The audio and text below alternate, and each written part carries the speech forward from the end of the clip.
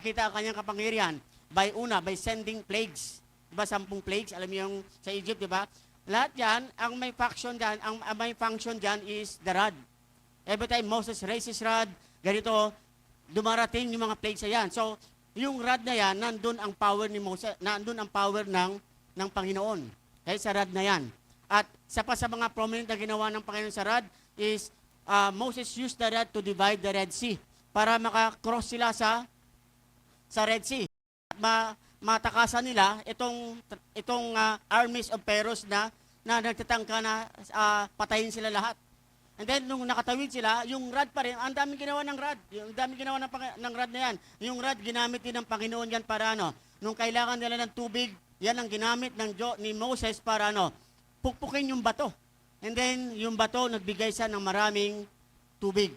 So, very significant o very important ang rod na yan sa mission o sa gawain ni Moses, especially in leading God's people out of Egypt until na makarating sila sa Promised Land. Ngayong araw sa atin, of course, di ba?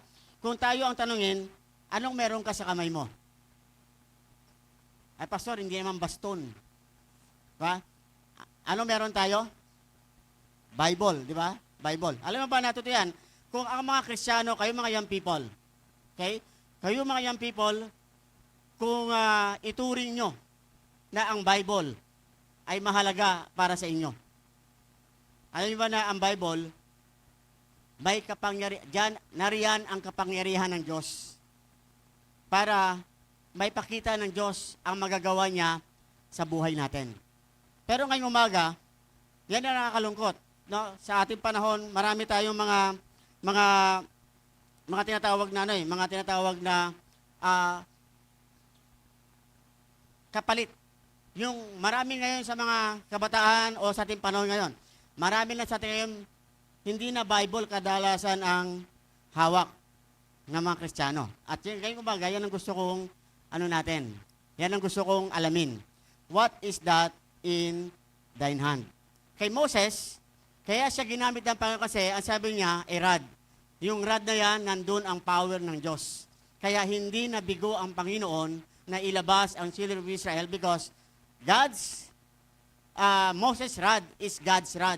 Na yan ang ginagamit ng Diyos para ipakita niya at para matupad niya o maganap ang kanyang layunin na maipalaya itong Israel sa Egyptians. Okay? So sa atin naman mga kabataan, no? Sa atin naman sabi nito, following God faithfully or continually always involves what we are holding in our hands. Yung pagsunod natin sa Panginoon, pagiging faithful natin sa Panginoon, at yung pagpapatuloy natin sa Panginoon.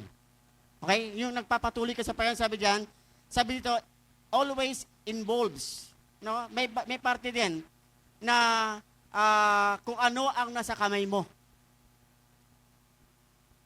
Yan ang proof na nagpapatuloy ka sa Panginoon. Kaya ako naniniwala, kung may mga young people ngayon sa ating araw, sa ating panahon, na patuloy pa rin nilang hinahawakan itong Bible, no wonder sila yung mga young people na hanggang ngayon nakikita mo na nagpapatuloy sila sa gawain ng Panginoon. Di ba kayo? Di ba? Kung kayo mga young people, hanggang ngayon, patuloy niyong hinahawakan itong Bible, naniniwala ako, kayo yung mga young people na nagpapatuloy sa Panginoon. Kasi, anuman ang meron ka sa kamay mo, it always affects. Especially, yung tinatawag natin na priorities. Especially, yung mga sasabi natin ng mga importance para sa ating buhay. Especially, kung ano ang tinatawag natin na mahalaga para sa atin. Usually, nahahawakan ng kamay natin yan. Okay? At alam mo, ngayong umaga, meron ko siyang bagay na gusto kong i-ano natin kasi overcomers to eh. At nakikita ko ngayon, paano na ito ang number 1 na problema ng mga kabataan. Number 1 na problema. Nag-isip ba ako ng mga number 1 problema ng mga kabataan ngayon? Sino makahula? Wala pa akong outline. Sino nakahula? Bigyan niyo ako ng isang hint. Ha?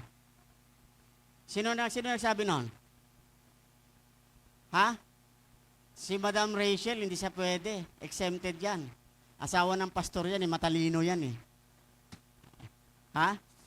Alam mo, yan ang totoo ngayon.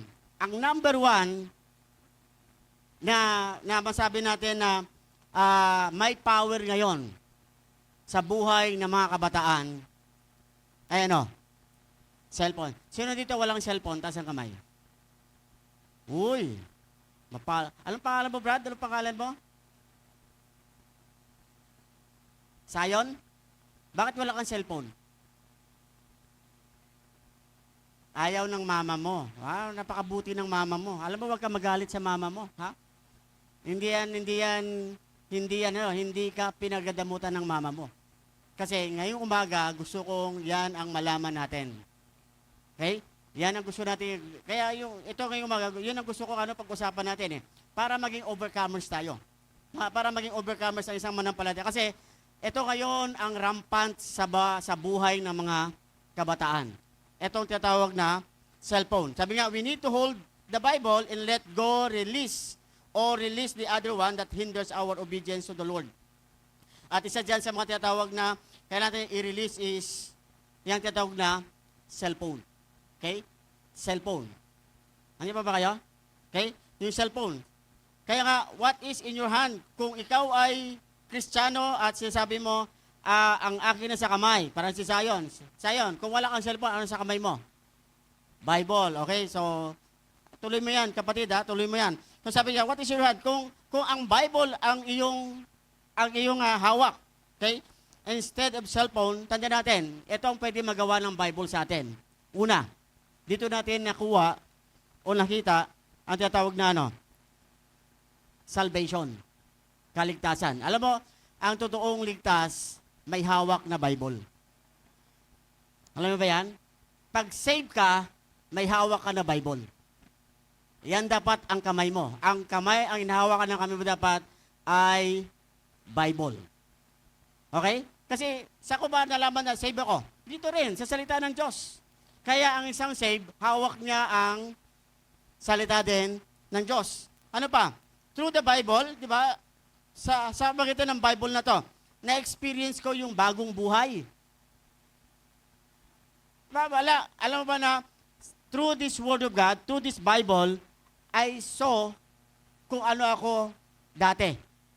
Pero, pag tinignan ko ngayon ang aking pag sinalamin ko aking sarili nga sa Biblia, nakikita ko na ako ngayon ay bago ng nilalang.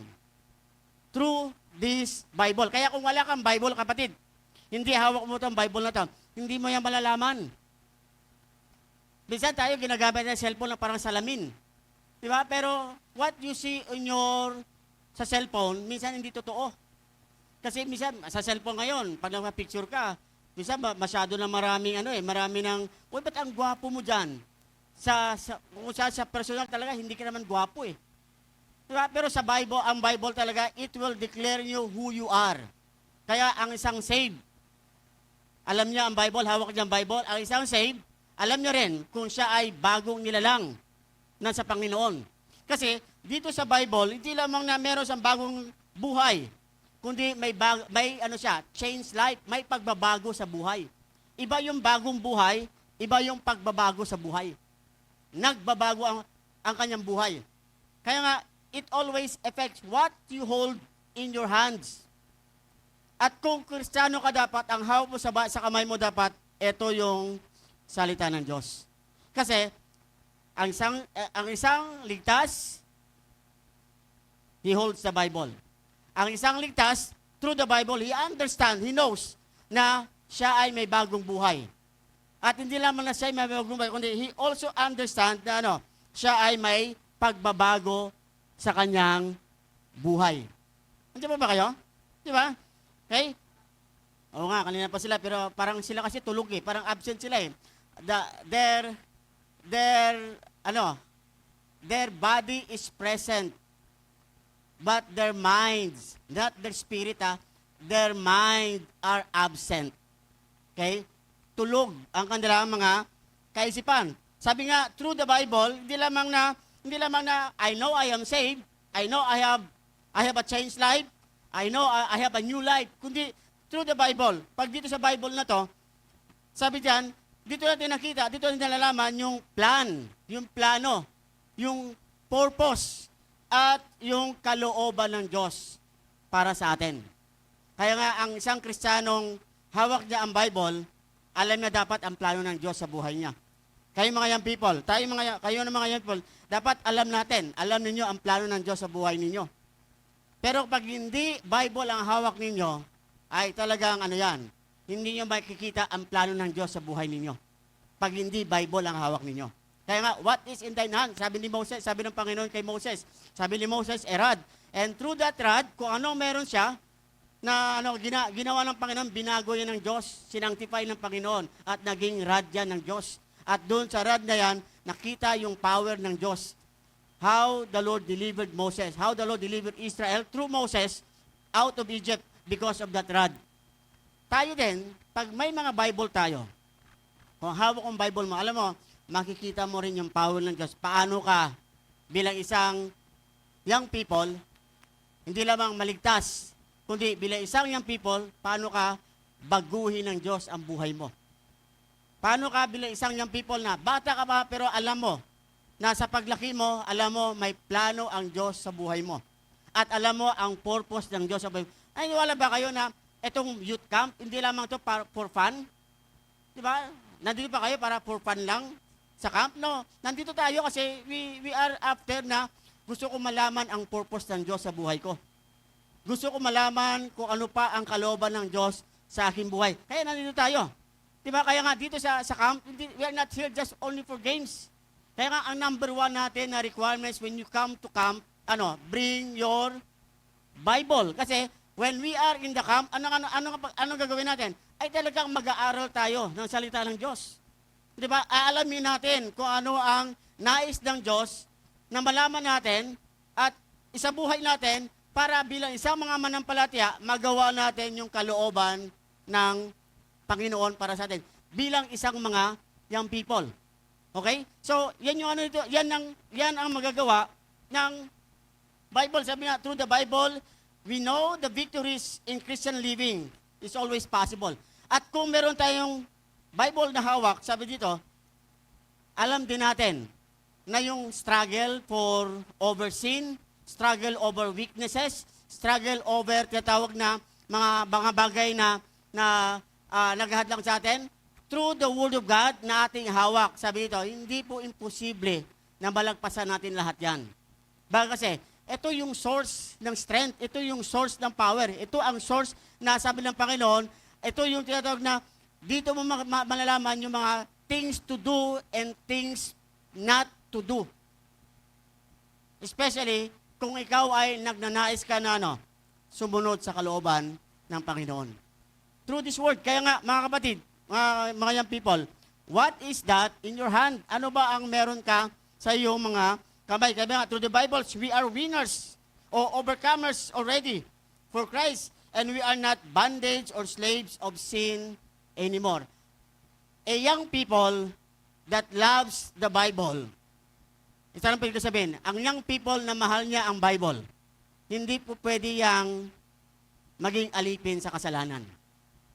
Alam mo ba kami, natanda ko palagi, si Pastor Sipona, may Bible na ako may Bible na ako sarili, pero nung ako ay nagano ako ng yung Source of Light, SOL, 'di ba? Nagano ako ng SOL, sumagot ako ng SOL sa La Loma. And then on the fourth course, nung pang-apat na course ng SOL, natapos ko 'yon. Nung natapos ko, binigyan ako ni Pastor Esipona ng bagong Bible. At sa bagong Bible nakalagay doon sa loob, may quotation. Ano sabi niya? This Bible will keep you away from sin. Or sin will keep you away from this Bible. Yan ang nakalagay. Sabi sa akin ni Pastor Esipona, tandaan mo to. Itong Bible na to, pag hawak mo to at mahalin, ito ang maglalayo sa kasalanan. Pero, kung bakit ang Bible hindi mo na hinahawakan o hindi mo na binabasa, kasi isa lang ang pwede mangyari, ang kasalanan ang maglalayo sa iyo sa Biblia. Kaya nga, mga kapatid, absence of Bibles in your hands, yan din ang evidence or proof na ano, malayo ka sa, na ikaw ano, evidence or proof na ano, na ikaw ay gumagawa ka ng bagay na hindi kinaluluguran ng Panginoon. Lalo na ang tawag na kasalanan. Ano ba kayo? Okay? So ngayong umaga, tingnan natin ito. Sabi nga, ito ngayon, sabi ko nga sa inyo, the greatest, isipin mo na ito, ang magagawa po ng Bible ay talaga po extraordinary. Ito lang talaga ang pwede magbago ng buhay natin. Ito lang talaga ang map o design ng Diyos para malaman mo kung ano ang future mo. Dito lang sa salita ng Bible. Pero in our time today, ito nakakalungkot. Bakit ngayon napakahirap sa mga young people to go to church o to be active in serving the Lord? Diba? Bakit ngayon yung mga faithful, nagiging unfaithful na? Kasi, marami na ngayon sa ating panahon, meron na tayong tinatawag na greatest replacement. At ang greatest replacement natin ngayon is, ang tawag natin ito yung cellphone. Okay? Alam mo, gusto ko lang, hindi ko naman sinasabi na, huwag yun ang gamitin ng cellphone. Way of life na natin to ngayon. Okay?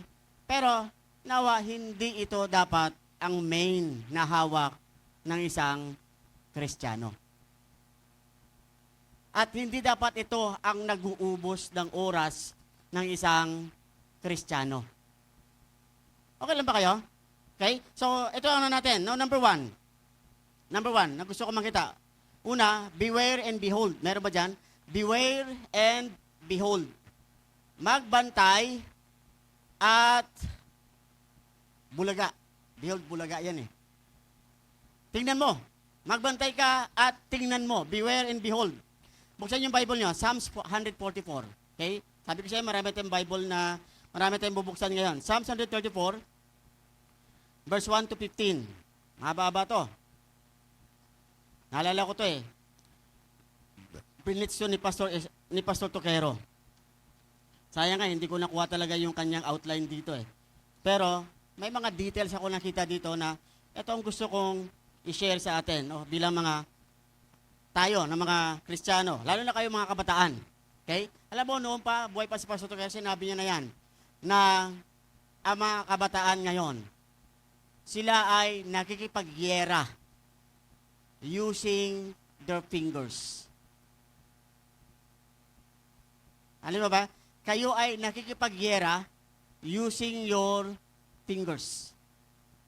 Siya malaman yan. Psalm 144 verse 1, ang sabi yan, Blessed be the Lord my God, blessed be the Lord my strength, which teacheth, ano sabi yan? Which teacheth, bubulolo ka, which teacheth my hands to war, and my fingers to fight. Alam mo yan? My hands to war. Yung aking kamay sa giyera at aking daliri sa suntukan. Nagagamit pa nagagamit pa ng daliri sa suntukan? Ito nagagamit pa sa suntukan? Hindi, di ba? Ang suntukan dapat ito. Pero pag fingers, hindi suntukan yan. For fight. So, ang tanong, saan ko nagagamit ang aking kamay? Sa giyera at ang fingers ko sa suntukan. May idea na kayo, di ba? Saan yan? Cellphone. Ang cellphone ninyo, daming, daming klase ng laro dyan. Ako, may laro ako sa cellphone.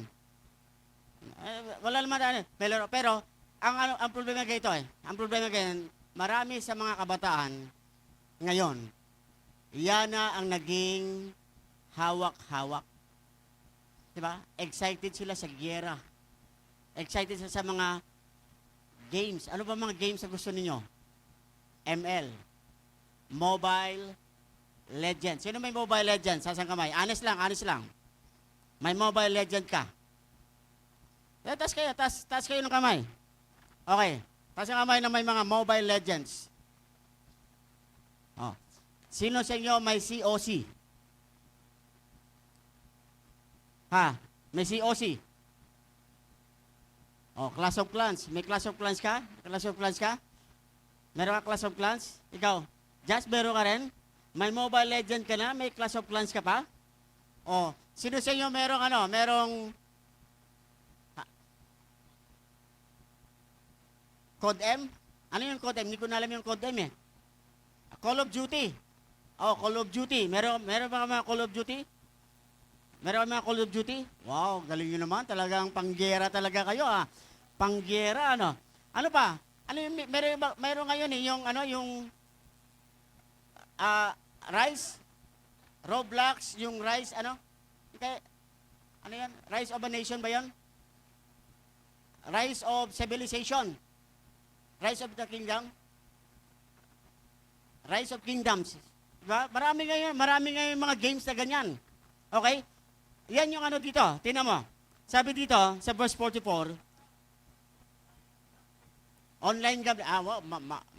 Baka meron dito, nag-online gambling kayo. Meron ba? Honest lang, honest. Alam nyo, kasi ang team natin, conquerors. Conquerors ang team natin. Di ba? Pag hindi natin pag-usapan ngayon yan, pagbalik ninyo, marami kayong pwedeng i-give up, pero pag may dala-dala kayo na yan, hanggang ngayon, yan ang hawak ninyo.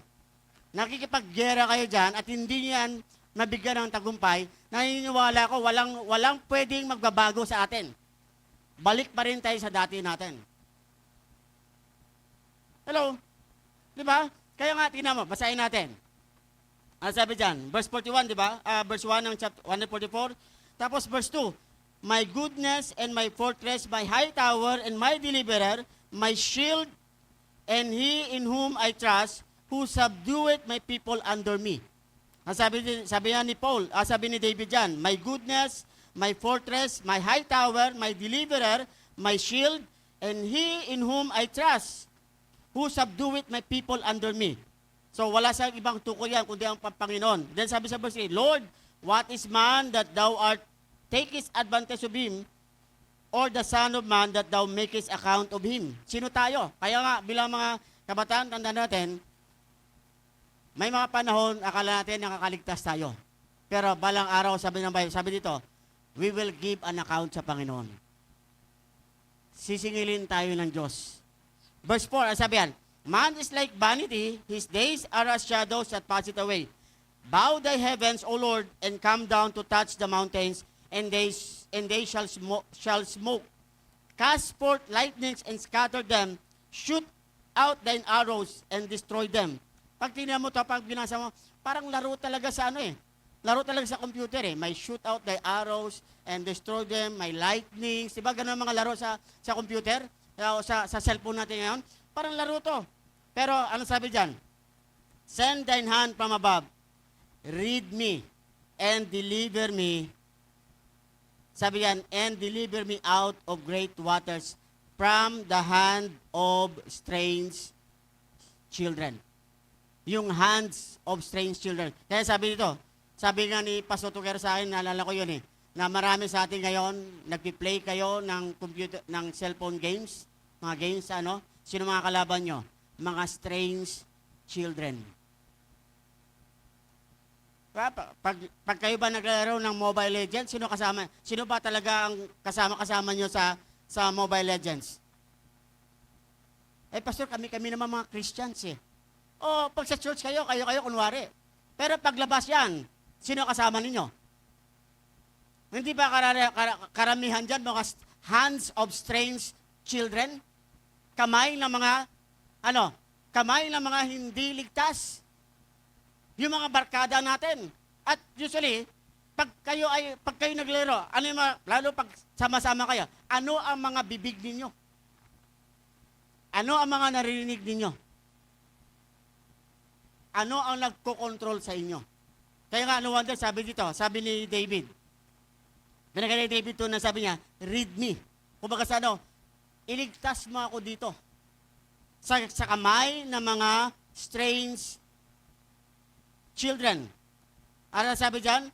Isipin mo, sabi niya, deliver me out of great waters. Alam mo, totoo yan. Ngayon, ang panahon natin ngayon, ang cellphones, ang mga mobile legends, ang mga games sa cellphones, para itong malakas na agos ng tubig. Na ang hirap iwasan ng mga kabataan. Ang hirap tumayo sa malakas na current. Diba? Kaya kung ikaw tatayo ka lang sa malakas na current, talagang hindi ka tatagal. Alam mo, pinakamaganda mong gawin talaga, iwasan mo ang malakas na current, o kung gusto mo talaga, salubungin mo hanggang matapos yan yung current na yan.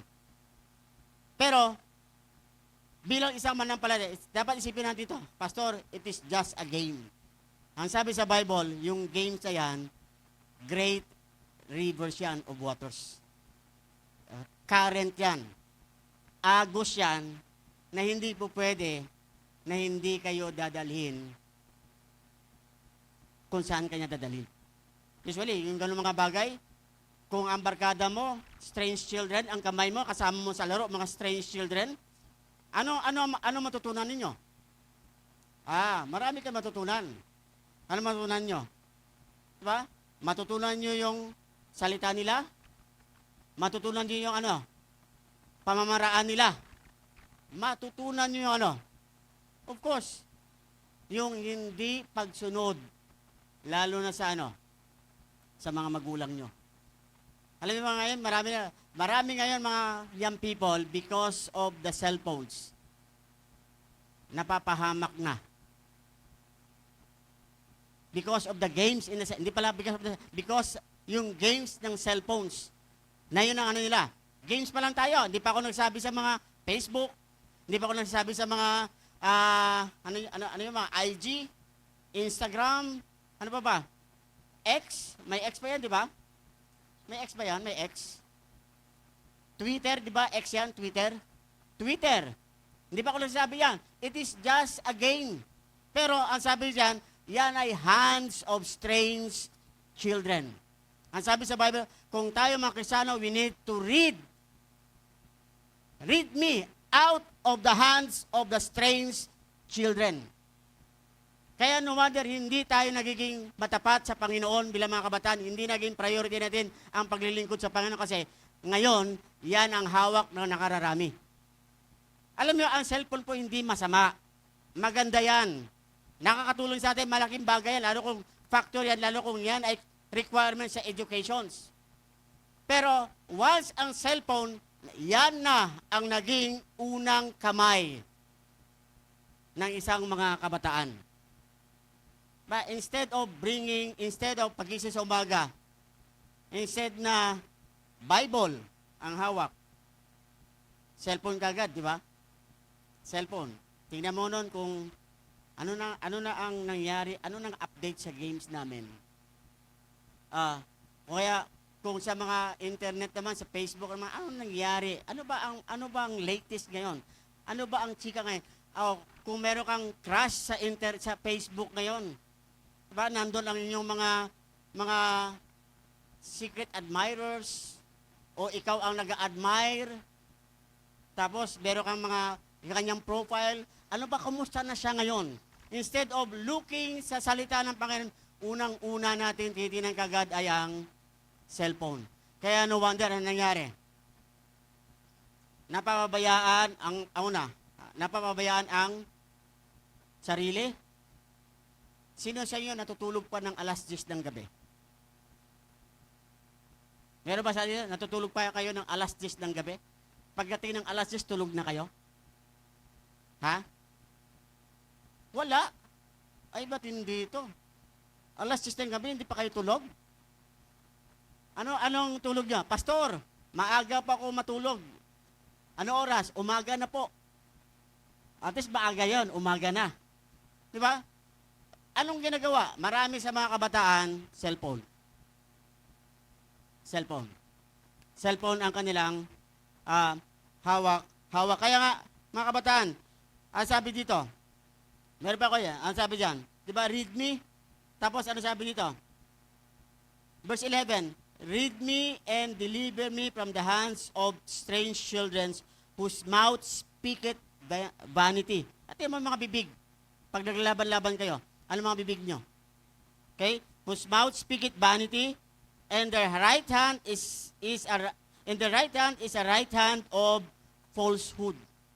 Nandadaya. Alam mo, totoo yan. Kaya nga yung mga Kristiyano ngayon, marami sa mga young people ngayon, marunong na sila mag-cheat. Pati nga sa pag-aaral Pag gumawa ng assignment Chat GPT na hindi nila alam. Alam ng teacher, ChatGPT pala kinuha. Ang galing naman mag-English nito. Fluent. Wow. Talaga, yung pala ChatGPT. Di ba? Kailan lang, yung nursing board exam, ang dami yung nakapasa. Ngayon, kumunti ang pasa. Bakit kasi? May mga ano sila na marami nag-cheat. Ginamit ang cellphone para mag-cheat. Maraming mga ano kaya nga, mga kabataan, isipin nyo dito, beware. Hindi masama ang cellphone. Beware and behold. Beware and behold. Hindi masama ang cellphone. Masama ang cellphone pag ito ang pinalit mo sa Bible mo. Na pagising mo sa umaga, instead Bible ang hawak mo, para alamin mo kung ano ang pinapagawa siya ng Panginoon. Pero ang nangyayari ngayon, ang Bible ay design na lang siya, nasa tabi, at wala na tayong panahon na dalhin ang Bible, at puro cellphone ang hawak natin. Ano no wonder? Kaya sabi diyan, pag nilayo mo ang kamay mo sa Bible, malayo talaga ang buhay mo sa Diyos. Pag cellphone ang hawak mo, ang cellphone, hindi yan magdadala sa iyo sa Diyos. Magdadala yan sa iyo sa sarili mo. Kaya no wonder, ang mga kabataan na inuuna ang cellphone, sarili nila ang kanilang prioridad. Ano pa pangalawa? Sabi diyan, be aware and behold. Mag-ingat at tingnan mo rin. Mag-ingat. Bakit kasi? Sa Proverbs 30, buksan yung Bible mo, Proverbs 13. Proverbs 30. 11 to 14. Ang sabi diyan, Proverbs 30 verse 11 to 14, sabi yan, there is a generation that curseth their father and that not bless their mother. There is a generation that are pure in their own eyes and yet is not washed from their filthiness. There is a generation, oh how lofty are their eyes and their eyelids are lifted up. There is a generation whose teeth are as swords and their jaw teeth as knives to devour the poor of the earth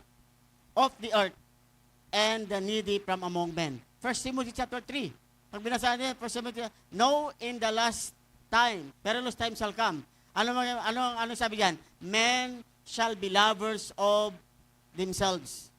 Yan ang ito ang henerasyon ngayon. Pero ang tanong, saan ba talagang lumala ang henerasyon ngayon? Alam mo ang nakita ko dito, ang sagot dito. Dahil sa cellphone, ang mga kabataan natuto ng sumagot sa magulang. Dahil sa cellphone, ang mga young people natuto ng lumaban sa mga nakakatanda. Dahil sa cellphone, hindi na sila sumusunod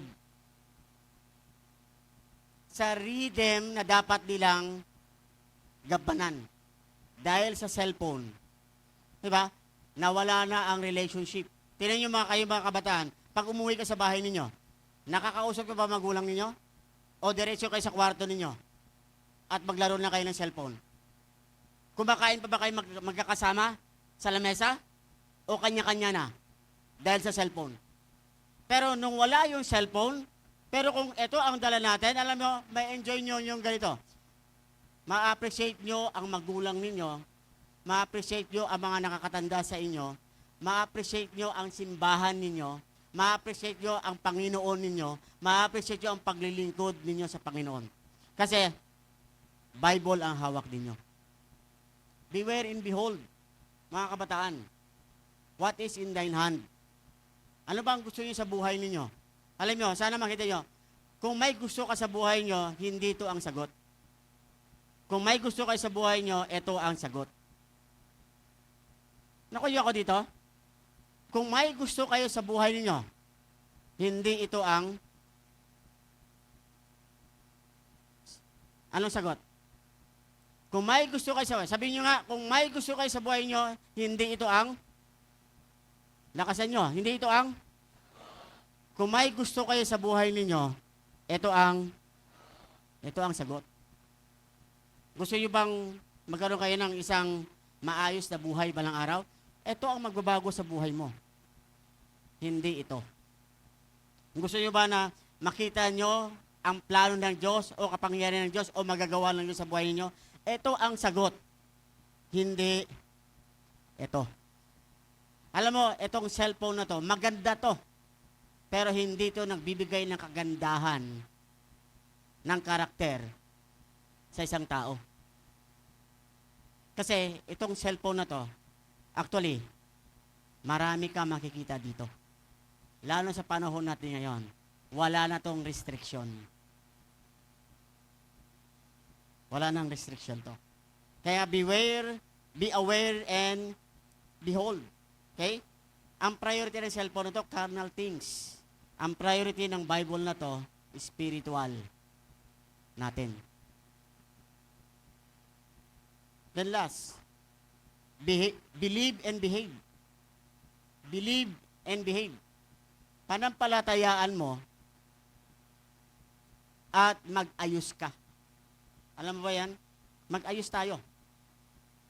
Ayusin natin itong cellphone ninyo. Alam mo siguro kung dito kasi, di ba sa ibang camp, ewan ko lang kung dito kinuha. Di ba sa ibang camp, kinukuha ang mga cellphone? Bakit kinukuha? Kasi para makapag-focus tayo. Di ba? Yun yung dahilan. Pero alam mo sa akin, para sa akin ayaw kong kunin sa inyo ang cellphone. Kasi ang realidad, kahit kunin namin sa iyo ang cellphone, kung hindi naman talaga sa puso. Sabi, o kunin namin yung cellphone nyo kasi para kayo ngayon ay makapag-concentrate. Para ma-enjoy ninyo ang camp, ma-enjoy ninyo ang presensya ng Panginoon. Okay lang yan, dito lang yan. Pero pagbalik nyo sa mga lugar niyo, ano mangyari? E di para lang kayo mga leon. 3 araw, hindi ko nabuksan. May games pa ako, may attack pa naman ako doon. Diba? Ano kayo sabi ng leader ko? Baka tinanggal na ako, baka da-demote na ako. Diba? Pagdating mo, para kang leon na talagang, ano mangyari? Magulat pa ang magulang mo, no? Akala ko ba nag-camp ka, nagbago ka na, basta lalo ka patang lumala, paano? Paano kasi sa camp, 3 araw, kinuha ang cellphone namin, may attack pa ako dun, Diba? May ano pa ako, kaya yun, lalo, imbes na maging maganda ang outcome ng camp sa lahat, sa mga magulang natin, naging masama pa. Diba? Kaya hindi ko kukunin sa inyo yung cellphone ninyo. Hindi ko kukunin yan. Pero gusto ko, sanahin nyo sarili ninyo. Na itong cellphone, hindi dapat ito hindi ito ginawa para ilayo ka sa Bible. Ang cellphone, ginawa to para gamitin lamang natin sa tama. Diba? Hindi ito masama. Mabuti to Nakakatulong to. Pero masama to kung tinanggal mo ang Bible na. Diba? Kaya ako, ayaw kong tagalin sa inyo. Pero, dapat mangako kayo. Na hahawakan ko simula ngayon ang salita ng Diyos. Ito ang hahawakan ko. Sabi nga nila, it takes 7 weeks to form a habit. Pero sa akin, ano ba magagawa ng camp? Wala pa tayong 3 araw Pero at least, kung ito ang simula nyo, na-count kayo na simula ngayon, bibilangin ko up to 7 weeks. Na sa pagising ko sa umaga, instead na cellphone ang hawakan ko kaagad, kukunin ko muna ang Bible ko. Yan muna ang babasahin ko. Magsimula ako na magbasa. Alam mo ba, paano ako magsimula magbasa? Basahin niyo yung Proverbs. Ang Proverbs, 1 to 31 yan. Isang buwan yan. Then basahin nyo, samahan nyo ng pagkatapos yung Proverbs, magbasa kayo ng Acts o Romans. Basahin nyo.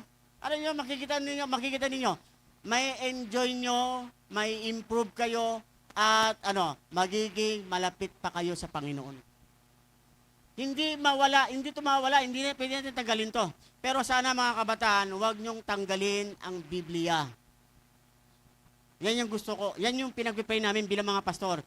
Hindi namin kayo pinagbabawalan sa ganito. Sistema na ng panahon ninyo ito. Pero, huwag niyong tanggalin ang Biblia sa kamay ninyo. Kasi hindi ito ang magdadala at magbibigay sa inyo ng mabuting kinabukasan.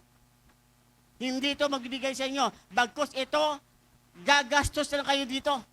Ang magbibigay sa inyo ng mabuting at magdadala sa inyo sa magandang kinabukasan, pag minahal nyo ang salita ng Diyos. Mahalin nyo ang salita ng Diyos.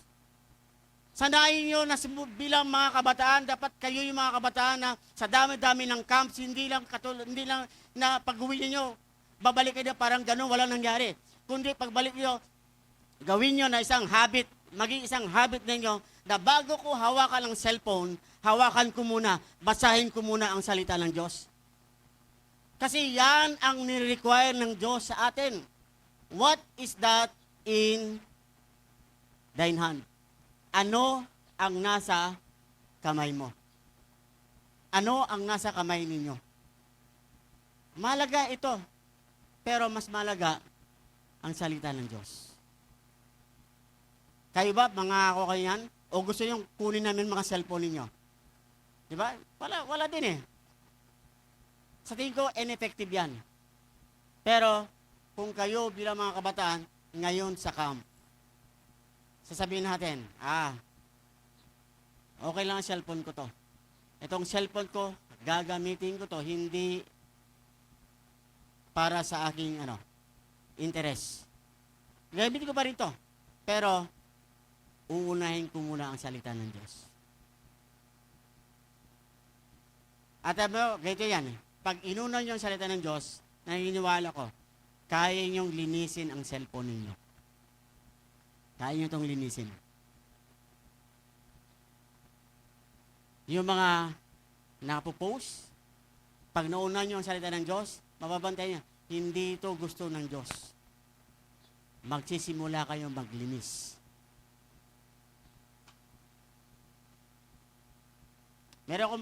May poem ako basahin, dito ako mag-close. Alam nyo itong poem na to eh. Ano nyo ba, Brad, kayo bang okay, tingin nyo sa screen ha, yung ang Bible at ang cellphone, alam nyo ba yan? Yung Bible at ang cellphone. Okay? So basahin natin, ayan. Okay? Sabay-sabay tayo ha, all together. Okay, ready, go. Ang Bible, ready, go. Ang Bible at ang cellphone. Bow. Okay, bow muna tayo. Una, sabi diyan, ang cellphone, ready, go. Ang cellphone laging hawak, ipinapakita. Ang Bible laging nakatago, ayaw ipakita. Okay? Pangalawa, ang cellphone. Basahin natin, sige. Ang cellphone binibili kahit libo-libong halaga. Ang Bible ayaw bilhin kahit 100 ang halaga. Totoo ba yan? Hindi. Totoo, di ba? Kayo, anong latest ngayon na iPhone? Nako, pag-iipunan niyo pa yan. Anong latest na Bible? Ang mahal, pastor. Magkano ang mahal ng Bible? 300 lang, hindi mo mabili. Pero ang cellphone, libo-libo, pag-iipunan mo para makabili. Tama, hindi? Tama, di ba? Ano pangatlo? Ready, go. Ang cellphone, laging pinapalitan ang case. Ang Bible, hindi man lang mabilhan ng case. Totoo ba yan? Ba? Mga Bible natin, minsan, gutay-gutay na eh. Wala na halos hindi ba mabasa yung Holy Bible eh. Diba? Wala na talaga, blanco na minsan kasi gutay-gutay na. Pangatlo, ready, go. Ang cellphone ay ayaw magasgasan. Ang Bible, hinahayaang maalikabukan. Totoo yan, di ba? Ang Bible natin, minsan ayaw mo na kayo ipakita, pagdating sa binabasa, linggo lang, pinapagpag pa. Bakit kasi? Alikabok eh, 1 linggo, 1 buwan, hindi man lang siya nadadaanan ng kamay natin. Ano pa? Sunod. Ready, go. Ang cellphone, bihirang makaligtaan kung saan iniwan. Ang Bible, madaling makaligtaan kung saan naiwan. Di ba? Okay lang ang cellphone. Nako, pag nawala, pastor, di ba? May mga members sa pastor, naiwan ko cellphone ko, pakitingin nilang pastor. Pero minsan may makita kang Bible na, oy sister, yung Bible mo naiwan, hindi mo tatawag yan. Pero pag naiwan lang cellphone, tatawag, pastor, naiwan ko cellphone ko, pakicheck na lang na kung nandyan. Di ba? Pero pag may mga Bible maiwan, walang tumatawag na miyembro. Kung baka sa nila, nasa good hand ang Bible namin, nasa church yan eh. Di ba? Pero ang cellphone, kahit nasa church, tatawag yan, pastor, baka mawala ang cellphone ko, ha? Sipin mo yan, nasa church yan. Okay? Ano pa? There you go. Ang cellphone, mahirap, ipahiram. Ay, basa kayo, sabay-sabay. Oy, ready, go. Ang cellphone, mahirap, ipahiram, baka masira. Ang Bible, madaling ipahiram, kahit mawala. Di ba? Cellphone natin, ayaw mo pa hawakan, ayaw nga minsan, ayaw pa hawakan sa iba eh. Huwag mo hawakan yan. Baka mamaya, makita mo pa yung sikreto ko. Diba? Ayaw pa hawakan eh. Pero yung Bible, sige lang. Share ko sa yung Bible ko. Pero actually, kunin mo na yan kasi hindi naman mahalaga sa akin yan eh. Ano pa? There you go. Ang cellphone, ang Bible hindi binabasa kahit kaya hindi makita ang message. Totoo ba hindi? Diba? Lalo kung may crush ka, diba? Pagising mo sa umaga, ang unang mo tininan sa cellphone mo, nag-message na kaya siya. Diba? Nag-message na kaya siya. Pero yung Bible, na ang daming mensahe nito, hindi mo lang natin binabasa. Ano pa? Let it go. Ang cellphone message, masarap i-share. Ang Bible verse, nakakalimutang i-share. Totoo yan, kahit nga, tingnan mo kasi mga young people, marami kayong mga sinishare na iba-ibang ano. Pero, madalang sa mga young people, nagsishare ng mga verses. Ito pa nakakatuwa. Nakakatuwa, bisan natatawa na lang ako eh. Alam mo na natatawa? Pag ikaw nag-share ka ng spiritual, walang nagla-like. Walang may nagla-like, wala man lang, sinisin lang. Pero pag nag-share kayo ng mga walang kwenta, nako, may ha-ha-ha pa, may iba't ibang kulay pa ng like. Diba? Yan ang katotohanan. Ano pa? Basahin natin, let's go. Ang cellphone, ipinapakita ang life. Oy, sabay-sabay, sa likod, sabay-sabay. Ang cellphone, ipinapakita ang lifestyle ng tao. Ang Bible, nagpapabago ng lifestyle ng tao. Alam mo ba yan? Kaya sabi nila minsan daw, nakikita ka kung sino ka. At lalo na, nalalaman yan kung ano ang cellphone mo. May mga kabataan, mukha silang Koreano. Kasi, pag tingnan mo pati yung kanilang cellphone cover, mukha ng Koreano. Alam mo, sa totoo lang po, mas gwapo ang Pilipino kaysa sa Koreano. At sa totoo lang, mas gwapo ang Kristiyano kaysa sa Koreano. Diba? Kaya wag mo ipagpalit ang mukha mo. Anak ka ng Diyos. Diba? Kunin mo yung lifestyle ng Diyos. Mas ikakarangal ka. Kasi kunin mo ang lifestyle ng cellphone at kala mo sikat ka. Hindi ka sikat. Pagtatawanan ka. Sikat ka ba? Sandali lang yan. Ano pa? Okay, ready go. Ang cellphone, mabilis maluma. Ang Bible, hindi naluluma. Okay? Kaya nga ito, di ba? Ito, A25 to eh. A25. Ewan ko lang ngayon. Luma na to. Diba? Luma na yan. Pero 2 years pa lang yan. Luma na yan. Itong Bible, sabi sa Bible, heaven and earth shall pass away, but my words will not pass away. Ito ang hindi naluluma. Kaya, mamili kayo, anong gusto yung hawakan? Yung naluluma, nagastos ka pa, o hindi naluluma, na bibigyan ka pa na maraming pagpapala. Diba? Ano pa? Ano pa? Let's go.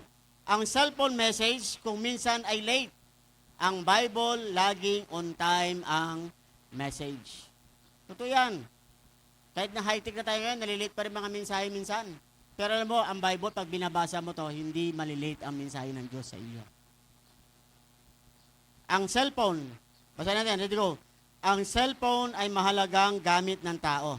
Pero ang Bible ay mas Uy, asan na kayo? Ready, go. Ang cellphone ay mahalagang gamit ng tao.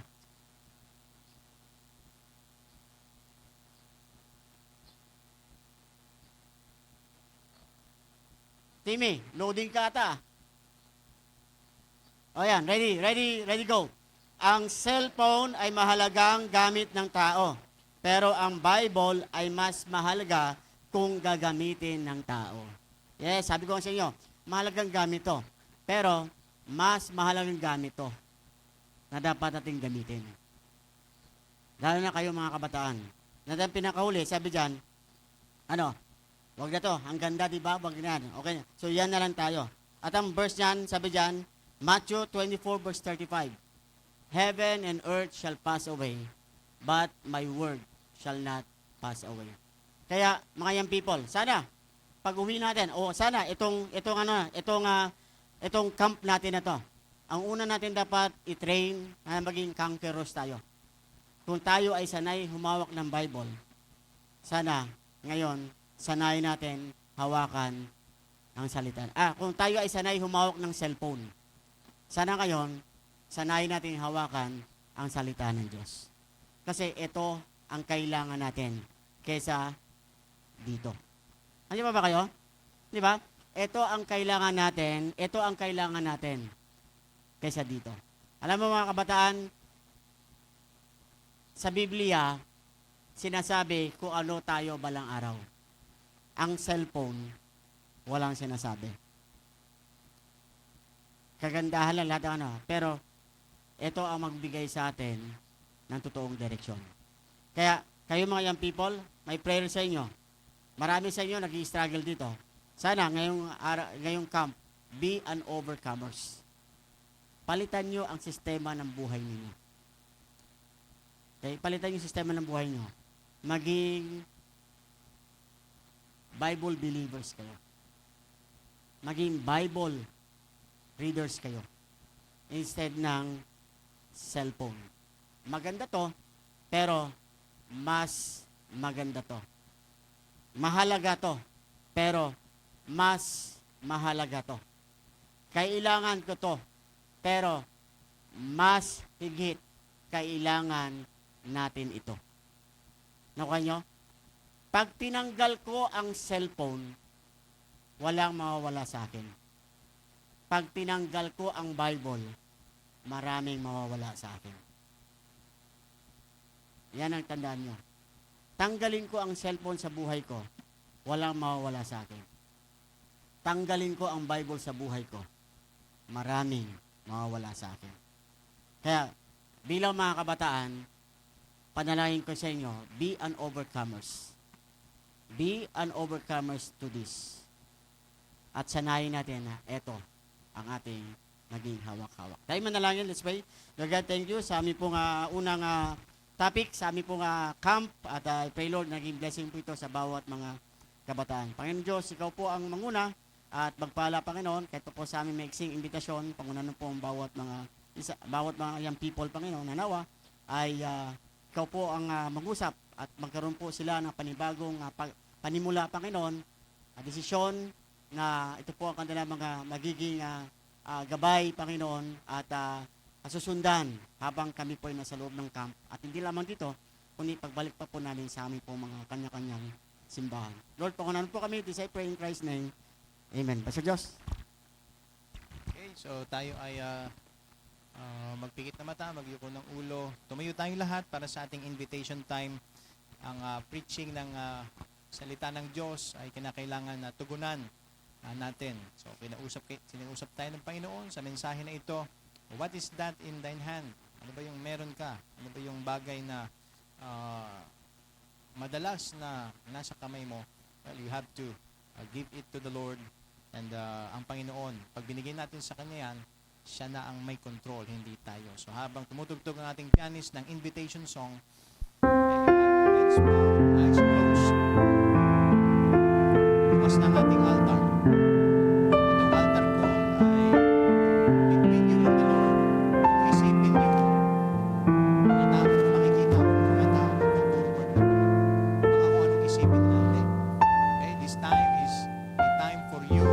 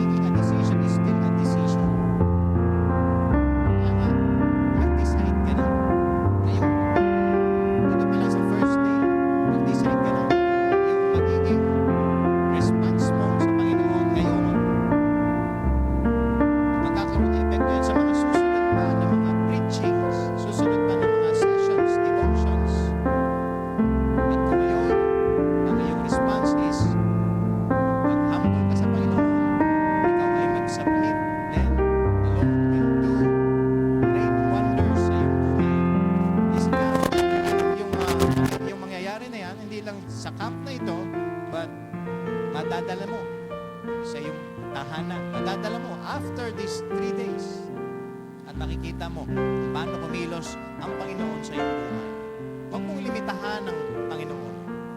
Nung tinanong ng Panginoon si Moses, "What is that in thine hand?" Sabi niya, "A rod." Okay? Marahil, tinitignan natin, that rod is just a simple, dead wood. Pero, ang nakita ng Panginoon sa rod na yan, it is a powerful rod that God will use so that the people of Israel, the children of Israel, will pass through the Red Sea. Isipin nyo, because of that rod na ginamit ng Panginoon, nahati ang Red Sea. Because of that rod, nakainom sa desert yung mga Israelites. Because of that rod, nakita yung miracles ng Panginoon. And God can do miracles through your life. Marahil niisip mo, ang tingin mo sa buhay mo ay katulad ng rod. Marahil ang tingin mo sa buhay mo ngayon is dry, lifeless. Pero, pag ikay bumalik sa Panginoon, ma-revive. At bago tayo matapos, sa mga kabataan na sumama ngayon, meron ba dito, habang nakapikit ang mata, nakaya po ang ulo? Marahil iniisip mo, ay, yung buhay na to, akin ito eh. Ikaw ba kabataan? Ikaw ay nagkaroon na ng pagpapasya, okay, sa iyong buhay na nilagay mo yung pananampalataya mo sa Panginoon bilang iyong tagapagligtas. Ikaw ba ay tiyak na ng kaligtasan mo? Because hindi mo mabibigay ang buhay mo sa Panginoon until ikaw ay makakilala muna sa Kanya bilang iyong tagapagligtas. Kaya meron ba? Bago tayo mag-close sa word of prayer, meron ba dito ngayong umagang ito? Na-realize mo ikaw ay nagkasala sa harap ng Diyos, ikaw ay mapapahamak sa impyerno dahil sa iyong kasalanan, subalit naunawaan mo na si Jesus Christ, ang Diyos na nagkatawang tao, siya nagbayad sa kasalanan. Siya namatay sa krus, inilibing, nabuhay muli, para ikaw ay iligtas at bigyan ng buhay na walang hanggan. Meron ba? Meron ba dito na nais mong ipahayag yung pananampalataya mo sa Panginoon? Nais mong matiyak ang kaligtasan mo, ang langit. Meron ba? Meron ba? Huwag ka mahiya. Kung wala ka pang katiyakan at nais mong masigurado yan ngayon, pwede kang lalapit na counselor. Meron ba? Meron ba? Yes, meron dito. May nagtaas ng kamay. Pwedeng may lumapit sa kanya para siya ay makausap. Meron pa ba? Is there a second person? Meron ba tayong counselor na pwedeng lumapit? Kahit galing sa ibang group leader. Okay? Makausap. Mahalaga ito. Mahalaga itong decision na gagawin mo, kabataan. Dahil dyan nagsisimula sa kaligtasan, doon sa bagong buhay. Pag ikay naligtas, magkakaroon ka ng bagong buhay. At ikaw ay tutulungan ng Panginoon. Hindi naman biglaan yung lahat mababago na. Meron pang mga bagay na tutulungan ka ng Panginoon ma-overcome. But it starts with that salvation. Hindi tayo nagbibigay ng invitation na ganito para magbigay ng pagdududa. But you have to examine yourself. Are you saved this morning? Dahil kapag natiyak mo yung kaligtasan mo, okay? Wala nang pagdududa, wala nang pag-aalinlangan, then you can make commitments sa Panginoon, claiming not just yung pinapagawa ng Panginoon sa iyo, but also His promises mula sa Kanyang salita. Kaya nga, yung salita ng Diyos sa kamay natin, pasalamat tayo, merong kumpletong salita ang Panginoon na hawak natin ngayon. Na yan ang gagabay sa inyo, mga kabataan. Yan ang tutulong sa inyo para sa buhay na ito. Kaya, meron pa ba? Meron pa ba? Nais mong gumawa ng pagpapasya ngayon, umaga ito. Sasampalatayan ka sa Panginoon, tatanggapin mo siya bilang iyong tagapagligtas. Meron pa ba? Kung wala na, tayo mananalangin. Ama naming Diyos sa langit, kami po'y nagpapasalamat sa pangangaral ng inyong salita. Salamat po dahil kayo po'y kumilos dito pa lang sa unang preaching service namin. Salamat Panginoon sa mga desisyon na ginawa. Tulungan niyo po ang mga kabataan na lumapit dito sa altar. Merong mga pangakong ginawa. At dalayan ko po Panginoon na kasama nitong mga pangakong ito, makita din nila ang mga promises ninyo sa kanila. That you will never leave them nor forsake them. That you will give them your grace. That they can count on you. Tulad nga po ng sinabi ni Apostle Paul sa Philippians chapter 4 verse 13 that they, these young people, can do all things through Christ which strengtheneth them. So tulungan niyo po sila Panginoon at patuloy pa na pagpalain ang mga kabataan na ito through the messages that they will hear in the devotions, the preachings, and the sessions in these 3 days of camp. Kayo po magpala sa mga susunod pang gagawin sa umagang ito. Kayo po Panginoon ang patuloy na maluwalhati at na maitaas. Salamat po Panginoon sa inyong pagkilos ngayong umaga. In Jesus' name we pray. Amen. Okay, so it's 12 o'clock at ang gagawin natin ngayon, magkakaroon muna tayo ng dorm assignments. Okay, so pakinggan nyo yung inyong dorm assignments, yung mga ladies, yung mga men, at pagkatapos niyan, meron lang announcement si Pastor Nate. Okay, so mga 12:30 tayo magla-lunch. Gutom na ba kayo? Gutom na ba kayo? Gulay yung ulam. Okay, hindi gulay, okay? So, Pastor Nate, nalika na at ibigay yung dorm assignments. Okay, gandang umaga sa atin ha. So, magkaiwalay yung ating ladies and boys ha. Of course, yung mga nasa youth music camp last year, alam niyo na dito yung boys natin, di ba? Okay, tas dito yung girls. Pero this time, ang gagawin natin, yung mga teams ay magkakasama kayo, okay? So, for example, kayo mga ladies, kung kayo ay dreamers, nasa isang room lang kayo, okay? So, unahin natin sa mga girls natin.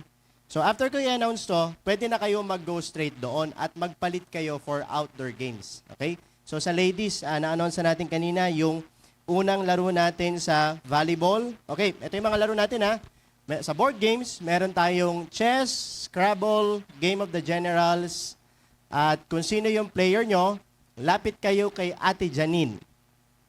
Okay? Para ma-assign kayo. Ang board games natin, dito siya gaganapin. Okay? So, kung ang laro mo ay board games, punta ka dito sa main auditorium. Okay? Mamaya, ang volleyball, doon kayo sa dulo. Okay? Sino nakakaalam nung pinag-bonfire na last year? Okay? Kung saan nag-bonfire, okay, thank you sa nagtaas ng kamay, ha? Okay? Kung saan nag-bonfire last year, doon din kayo mag-play ng volleyball. Okay? At yung basketball, sakay kayo sa L3. Okay? At kayo ay dadali namin doon sa gym. Okay? Sino magba-basketball? Taas ang kamay. Basketball. Okay? So please lang, sa magba-basketball ha, huwag kayong magsuot ng sobrang iksing short. Ha? Okay? Yung short lang na maayos. At si Brother Tim, ang committee natin, si Pastor Tim. Pastor Tim, gandang hapon po ha. Okay? Si Pastor Tim, siya ang referee mamaya. At yours truly. So dalawa kami. Pag may offensive na tawag at di nyo nagustuhan, out of the playing court kayo pag nagreklamo. Tama ba, Pastor? Okay? Okay, so sa volleyball, may committee din tayo. Board games dito, ha? So, at ganun din, meron tayong table tennis. Sino naglalaro ng table tennis? Taas ang kamay. Wala? Table tennis, taas ang kamay. Kung marunong ka, si Jabez. Mahirap yan. Baka panalo na agad yung encouragers. Championship na kayo pag wala kang kalaro. Okay? Okay? So, yan. Okay, kung may table tennis din. Okay? So, maglalaro tayo. Okay, listen sa ating schedule, ha? Pagkatapos ang ating announcement, okay, 12:02 na, 12:30 lunch tayo. After lunch, balik muna kayo lahat dito. Okay? 12:30 at 30 minutes, mag-prepare na kayo. So, hindi mahaba, ha? Hindi kayo mag-prepare ng 1 hour. Okay? Kasi, wag na kayong maligo. Okay? Pagkatapos ng lunch, wag na kayo maligo. Bakit? Magpapawis din kayo. Okay? So, sayang yung ligo nyo. Okay? So, 1 p.m., balik na kayo, kahit mga 1:30, balik kayo dito or 1:15. Okay? Para ma-discuss natin yung rules ng games. Pero so far, ito pa lang tayo, ha? Badminton dyan. Nakita niyo yan? Okay? May nakapark na. Okay? Yan. Diyan ang badminton. Okay? Nakatingin lahat. Ang dami ba mag-badminton? Okay? So, badminton dyan, table tennis, board games, at ang volleyball, again, doon. At dito naman ang basketball. Okay? So, room assignment tayo. After lunch, dito kayo diretso sa encouragers. Okay? Encouragers, girls, at finishers. Kayo ang hindi. Tama. Kayo ang magkasama sa self-control room. Okay? Self-control room. Si Ate Casey nyo, Ate Casey, punta ka dito. Okay? Tayo ka dito. Si Ate Casey nyo ang committee. Okay? Para sa mga rooms. At i-check niya yan. Okay? Katulad ng sinabi ni Pastor Josh kanina, please keep your rooms tidy kasi meron yang points. Okay? May points yan. Okay? So, dapat mamaya pa lang, paglabas nyo, pagkatapos nyo magbihes, i-score na namin yung mga rooms nyo. Okay? Kaya, encouragers at finishers, at ganun din, may line yan ha? May line. So pagdating nyo dun sa room nyo, may nakalagay yan na line. Hindi kayo pwedeng magpunta sa bunk bed ng finishers kung ikaw ay encouragers. Okay, naiintindihan ba natin mga encouragers, ladies? So self-control, ladies ng encouragers, pwede na kayo tumayo at finishers, diretso na kayo doon sa room. Okay? Para ma-settle down nyo yung mga gamit nyo at 12:30, pila na kayo for lunch. Okay? Okay, dito naman tayo. Conquerors. Wala kayong kahati. Sa patience room kayo. Ladies ng conquerors, sunod kayo kay Ate Giftel. Kay Ate Casey din. Sunod kayo lahat kay Ate Casey. Patience. Okay? Conquerors red, doon kayo sa patience room. Okay, yung female counselors, make sure at assistant, make sure na i-lead nyo yung team nyo. Okay, at 12:30, nakalabas na kayo, ready for lunch. Okay? Okay, sa room ng love, dreamers, love room, okay? Okay, yan yung room nyo ha, love, okay? Pero wala mo ng pag-ibig, okay? Okay, love room lang, pero hindi mo na pag-ibig ang focus. Ate, si Sir Arian, ang female counselor nyo, nilid niya kayo doon sa love room at si Ate Yang, Counselor Arian, Ate Yang, okay? Dapat 12:30, ready na sila for lunch, okay?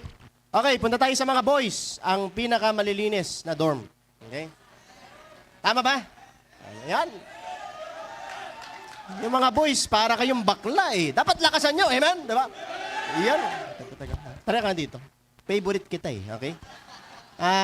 Ikaw, magiging bida ka na. Anong pangalan mo? Mark Louie. Mark Louie. Kahawig niya ba si talikod ka? Hindi niya ba kahawig si Daniel Padilla pag nakatalikod? Palakpakan mo, Brad. Palakpakan mo. Malakas. Yan ang gusto ko sa'yo. Kahawig eh. Kahawig. Pag humarap, ayan na, nagbago. Hindi, joke lang. Okay. Okay, ganito, boys. Sino mag-check ng room nyo? Okay? None other than Brother Timmy. Okay? So, si Sir Timmy ang mag-check ng mga dorm nyo. Okay? At ang trending sa mga lalaki, laging may medyas. Sila Giftel din. Ako, nakakahiya. So, please lang, yung mga, wala naman ng mga babae, yung mga underwear nyo, huwag yung isabit sa aircon, ha? Ang bihira. Alam ko na gusto nyo maglaba, okay? Pero kung side A, side B ang patakaran nyo, huwag nyo isasabit, ha? Gabi nyo na isabit para paggising nyo, makukuha nyo. Hindi yung hapon may nakalagay doon. Okay? Ginawa mo pang purifier yung... Okay? So, boys, okay? Merong magkasama. Apakaswerte naman ng isang team. Solo nila yung room. Okay? Ikaw yan, Brad. Ano ang pangalan mo? Itatabi kita kay Pastor Ruben. Okay? Joke lang, ha?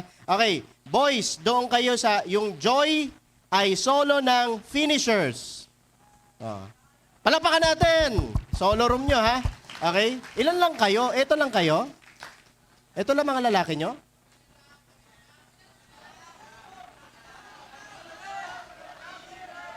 Okay. Okay, ang pinakamalakas. Sige, palakasan, go! Very good. Yeah. Ang bira, sa preaching, wala kayong amen.